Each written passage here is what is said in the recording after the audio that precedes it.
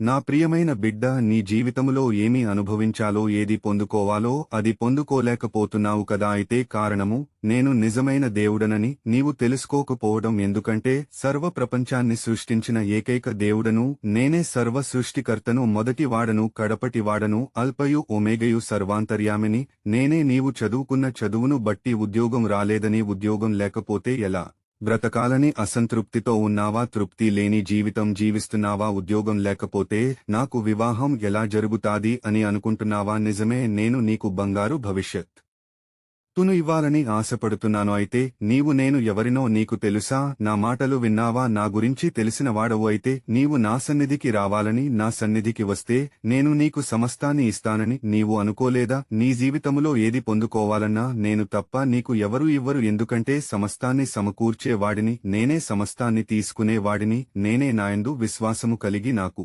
మొరపెట్టినట్లయితే నేను నీవు అనుకున్న దానికంటే ఎక్కువ ఇవ్వగలిగే సమర్థుడను, ఏకైక దేవుడను, నీ ప్రభుడనైన యేసయ్యను. నేనే నీకు ఉద్యోగం ఇచ్చేవాడిని, నేనే నీకు మంచి భవిష్యత్తు ఇచ్చేవాడిని, నేనే నీకు మీ కుటుంబానికి కావలసినవన్నీ సమకూర్చేవాడిని నేనే. కాబట్టి నీవు విశ్వాసముతో ఏది అడిగినా నేను తప్పనిసరిగా ఇస్తాను. ఎన్ని గ్రంథాలు చూసినా, భగవద్గీత గాని, ఋగ్వేదము గాని, గీతా పారాయణం గాని, మహాభారతం గాని, రామాయణము గాని, పురాణాలు గాని, ఎన్ని ధర్మాలు ఉన్నా అన్ని ధర్మాలకు ఏకైక దేవుడను నేనే. పరిశుద్ధ గ్రంథము తెలిసి ఈ వాక్యము చదువుము. యెషయా గ్రంథము 41వ అధ్యాయము 10వ వచనము.